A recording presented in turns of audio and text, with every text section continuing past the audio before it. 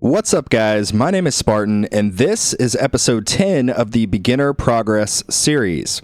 This is basically just a series that I wanted to start a little while ago because I've realized that there is a huge lack of beginner content available out there, and I've been playing this game for almost a year and a half at this point, and I wanted to just kind of spread some light on sort of how I think would be optimal to play this game, starting all the way from scratch with a brand new beginner account. So we're going to be showcasing all sorts of stuff, and the first thing that you guys may notice is that I am in fact not running standard Orb Devo. I know that last video I got a lot of comments basically asking me, hey, can you please show me how to actually do Orb Devo? And I apologize, guys, but I do not have the time to manage doing Orb Devo runs. I tried it for a day. I wasn't quite there in terms of making coins anyway. I was getting about equal to what I was getting with Blender, except I was getting a lot lower wave amounts, which means lower cells. So for that reason, I'm going to be sticking to Blender. I think it's overall just a more balanced and better build. That's my opinion, but yeah. So unfortunately, I don't have any like concrete numbers to show you guys in terms of like my battle history and things like that. But without further ado, let's go ahead and jump into the contents of today's video. And we'll go ahead and actually start this off in the stats page so that you guys can see exactly what we're looking at. We are almost in the trillions lifetime coins. We are at 933 billion lifetime earned coins, 2,000 stones. So obviously we are still, there are no stone packs or anything being on this account. There's nothing available like that. And yeah, in terms of the milestones, I did get the 4,500 milestone on tier 5. So let's go ahead and just check out and see what that relic actually is. Okay, so it's this one right here, which is actually really pretty good for us. It's increased tower health by 2%.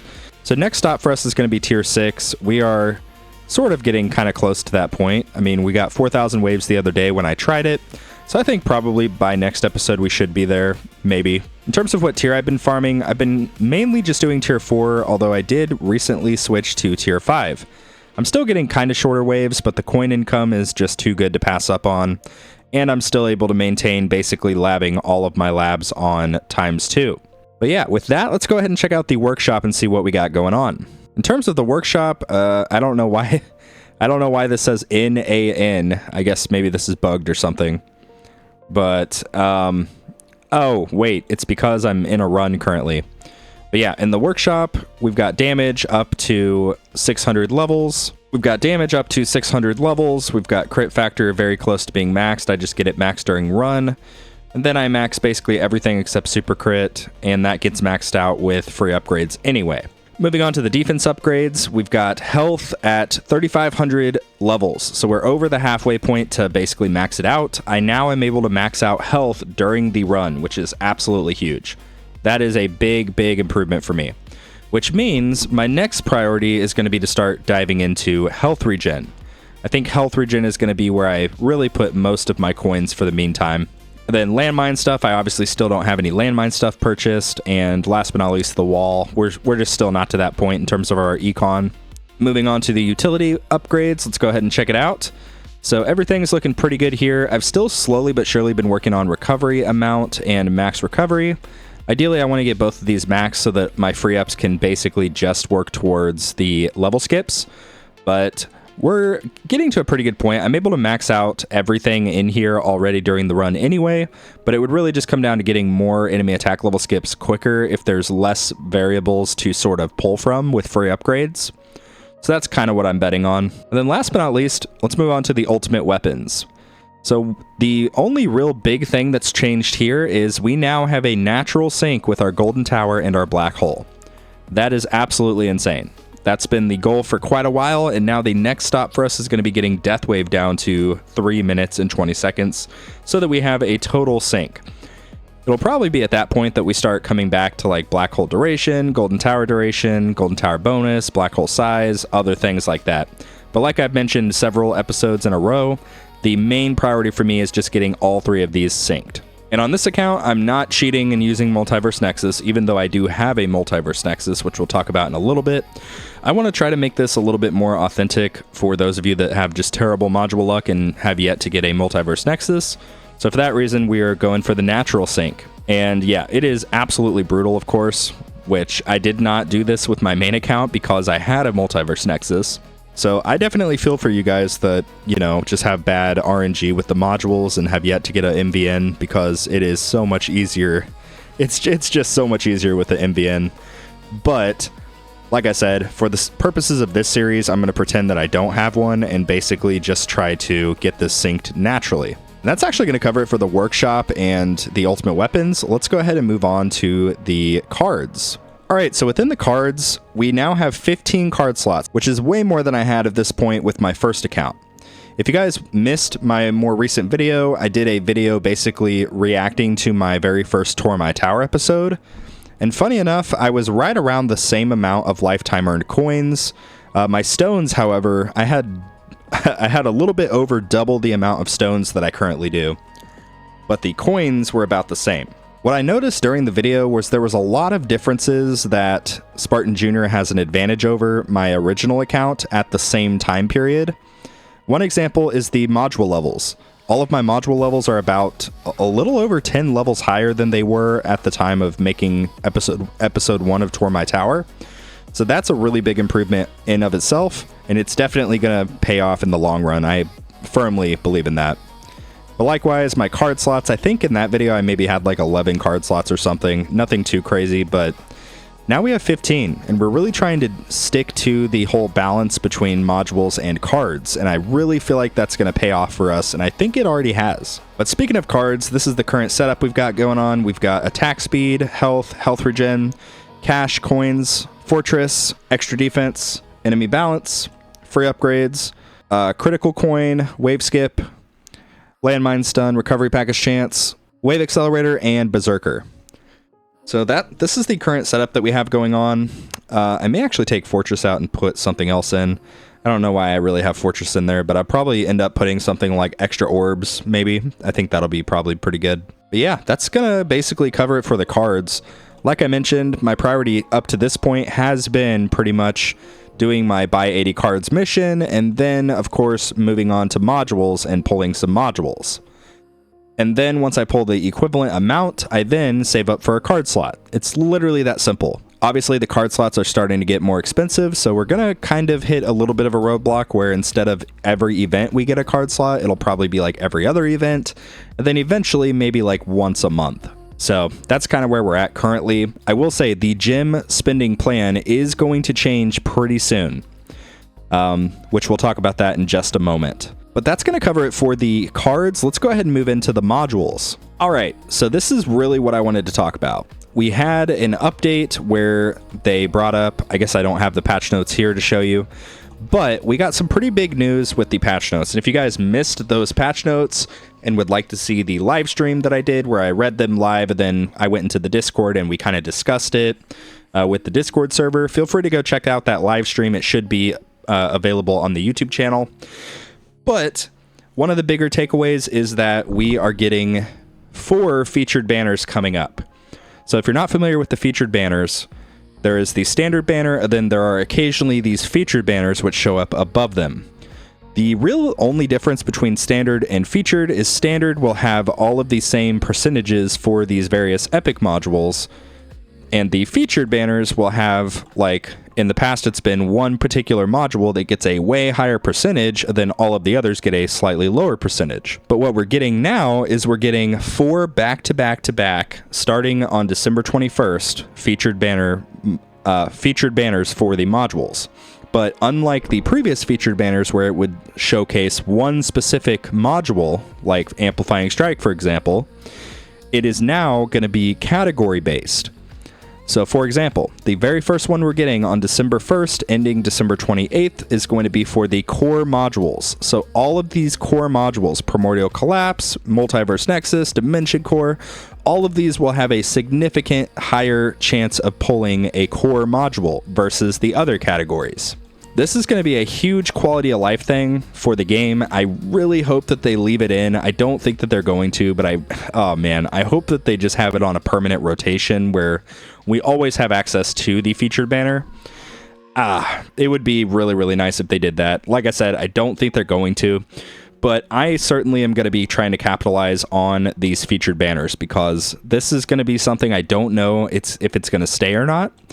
So this is one of those situations where it kind of changes the priority in terms of the gem spending. But because I've been so diligent about properly saving and doing the balanced approach, I'm now in a position where I can afford to basically go more into modules for the meantime. We have 15 card slots. All of our basically common levels, except for extra defense, are level 6, so that's really good. We're looking pretty good. We're looking pretty good. And for that reason, whenever these banner modules do come out, I'm certainly going to be trying to pull them on probably both of my accounts. Definitely Big Spartan, but I'm probably going to try to pull some more on this as well. It would just be pretty helpful to like get a couple more Primordial Collapses, some more Multiverse Nexuses, even though I'm not going to use it, some more Dimension Cores, etc. All of this would be fantastic. Then, obviously, like when the Generator one eventually comes out, getting more Galaxy Compressors, please, please. Maybe some more project fundings for tournaments, stuff like that. It'll be pretty good. But anyway, in terms of new modules, I'll just kind of show you guys the module luck. I did pull the next Multiverse Nexus I needed, which allowed me to basically get a legendary Multiverse Nexus. Let's see what else we got here. Orbital Augment and Death Penalty and a Primordial Collapse. So just be aware, this is a good last 150 pulls. Normally, I do not get 5 epics in 150 pulls. I might get 1, I might get 2, who knows. But this is kind of an anomaly. But doing that allowed me to get my first 2 Mythic modules, which, as you can see, are Orbital Augment and Primordial Collapse. So these are really good. I'm trying to get some better stuff on this module in particular. We have 9,000 reroll shards. So what I really would like to do, I can't do it right now because I'm technically in a run, but I'm going to really try over the next week to kind of get something in exchange for this Black Hole duration. I think what I would like to get is Golden Tower duration. I think that would be probably the best overall for my econ. But the 11 spotlight angle is pretty good. If I got a Death Wave quantity, I think that might be a little bit better. But then Golden Tower bonus, you know, it's whatever. It's fine. We'll just leave that in for the time being. In terms of my Galaxy Compressor, this is what it's currently looking like. We've got package chance, coins per kill bonus, and enemy attack level skips. My Astral Deliverance, this is kind of what I've been using to farm with. We've got attack speed for more knockbacks. We've got crit chance for slightly more damage, and super crit multiplier for same reason, just a little bit more damage. Then last but not least, Orbital Augment. We've got the first priority here. So first priority is always going to be your defense percentage. That one is just unmatched if you're running an EHP or hybrid build. And then after that, you know, we've got health regen and we have a little bit of lifesteal because I'm mainly relying on lifesteal for the meantime because I still do not have a wormhole redirector module. But yeah, that's pretty much going to cover it for the modules. But really quickly, I want to just show you guys something. I don't know if I actually showed this in this series yet, but you should definitely do it. So the shatter button, if you click that, there's a little toggle up here at the top that says auto shatter new common modules. Turning this on will automatically shatter any of the common modules, which are the little gray modules. And then you have the option, if you want to sort of shatter these rares. You can merge these rares into epics and shatter those. Ultimately, you should always have this auto shatter new common modules button clicked, ideally, because that will then immediately translate into these module shards so that you can log in and upgrade your modules. Likewise, you want to make sure that you always double check your module levels once a day, I would suggest, and just hit the max button. Max out your modules. You get the multipliers for all of these different categories. You get damage, health, coin generation, and ultimate weapon damage. So these are all fantastic, and you definitely want to make sure that you're keeping tabs on your module levels and upgrading them whenever you possibly can. It's just a really good idea. In terms of what I've been using for tournaments, I've been putting in my death penalty for tournaments. That's been pretty good, and I want to try maybe using project funding. I've been just using Galaxy Compressor, but I'm thinking about maybe trying out project funding and seeing how that goes. But yeah, that's pretty much going to cover it for the modules. Let's go ahead and dive into the labs really quickly. Okay, so these are the labs that I'm currently working on. I'm taking orb speed probably all the way up to max. It's just going to be really, really helpful with my tournaments and also my farming. Lab speed, similar thing. We're basically going to try to take this to max right from the get-go. It's going to ultimately speed up my progress and give me the best possible chance at kind of catching up to some of the peers, because I'll be able to be getting quicker lab development without having to like spend a whole bunch of gems, and it'll be a better idea in the long term. Underneath that, we have Spotlight coin bonus. I'm basically taking this up to level 10, and then I'm going to put something else in there. Lab 4, we have standard perk bonus. I'm going to probably try to take this up to like level 15 and then see how long it takes after that. It's already starting to take quite a bit of time, but standard perk bonus is just really good. Then last but not least, we're working on health regen, because I want to go ahead and get a good baseline in here for when we do unlock the wall, so that I'm not starting from scratch. And now with that, let's go ahead and just dive into all of our labs so that you guys can see exactly what my research currently looks like. So I'll just briefly kind of scroll through here, and you guys can pause at whatever part that you want to pause at.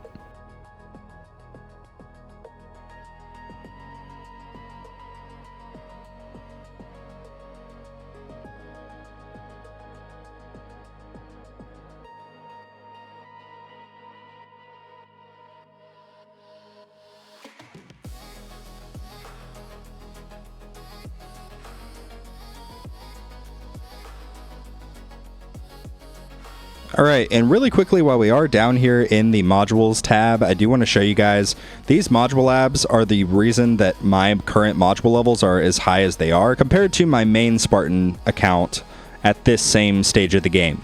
My module levels were basically 10 levels less, and that is because I have put already a few levels into all of these labs. I already maxed out common drop chance, which is really good.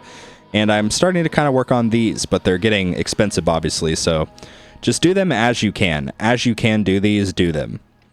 Same thing with like rare drop. As soon as it makes sense for you to start working on rare drop, go for it, because this is the gift that keeps on giving.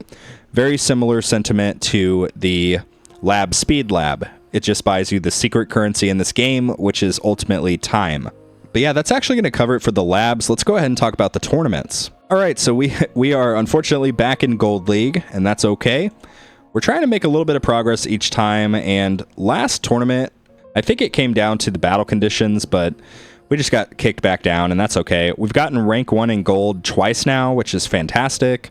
We're just slowly kind of doing the teeter-totter back and forth, and then hopefully within the next couple tournaments, we will be able to actually stay in Platinum League. But we're just going to continue to work on the one thing that will super greatly benefit us, which is our EHP. Continuing to develop our EHP and our survivability stats will ultimately get us the biggest amount of gains in terms of our early game tournaments. So that's my focus for the meantime with the workshop, and it kind of helps me as well with just basic farming runs, just continuing to work on health, continuing to work on health regen, and then throwing defense absolute out the window, who cares. But the point is, your EHP stats are really going to help you out early game, unless you're doing like glass cannon from the start, which I would highly discourage. That's pretty much going to cover it. I want to see if there's anything else I forgot to kind of touch on here. I guess I can show you guys what we've been doing in terms of our actual battle history. So like I mentioned, we've kind of just been doing tier 5. I tried a tier 6 milestone run after I did the tier 5 milestone run. And we got 5,400 waves on tier 5, which was more than enough, obviously, to get the relic for it, which is great. Here are my 2 tournament runs that I did. Then here's how my coins are looking in tier 4. So averaging around like 1.8 billion per run, not bad, versus my tier 5, where I'm getting, maybe on average 5 billion per run. So that's why I switched to tier 5. You can see the cells I'm getting, around 2 to 4k per run in tier 5 versus tier 4. I'm getting, this one was kind of an anomaly, but generally around like 2.5 on average. So overall, it just makes more sense for me to start farming tier 5 at this point, even though I'm not really getting that high of waves. But I would definitely encourage you to pay attention to the battle history here, and if you're tracking your runs on Project Rend, that's even better. I have a video covering how I track my runs on Project Rend if you'd like to go check that out. But yeah, Project Rend is a great resource, but even if you're not using that, just make sure that you're keeping track of how many cells you're making per run, your coins per hour, and obviously just your normal coins. But yeah, with that, that's actually going to cover the contents of today's video. But I really hope that you enjoyed this video, and if you stuck around this long, thank you. And if you did enjoy this video and thought that it was helpful for you, maybe consider leaving a like and comment on the video and subscribe if you'd like to see more of my content. And if you want to support me and my content, there's a few ways you can do that. First and foremost, we have YouTube memberships. Every single month, I do a members-only giveaway where I give away different in-game resources. Last month, we did 3 of the event boosts, which is really, really good, especially when you get some good relics. And in addition to that, with the memberships, I started a new series where I'm reviewing people's towers, and the YouTube members, they get top priority for that as well. Hit the join button below if you'd like to look into the YouTube memberships. And last but not least, please consider using code 300 for any of your in-app purchases or web store purchases. You do technically get more gems if you buy things from the web store, so I would encourage people to do that if you're going to purchase things for this game. And if you do go to the web store, you basically just scroll all the way down until you see the Support a Creator button. You can then hit that button and then basically type in my creator code. My code is code 300. And then, of course, if you're in the actual app itself, the button is right here, creator code. And you'll just type in my code. It is code 300. Hit confirm. And it'll say you are now supporting me, Spartan. Thank you guys so much for everybody who's already been using my creator code. I really do appreciate it. And with that, that's going to wrap up today's video. But thank you guys so much for watching. And like always, I will see you guys later.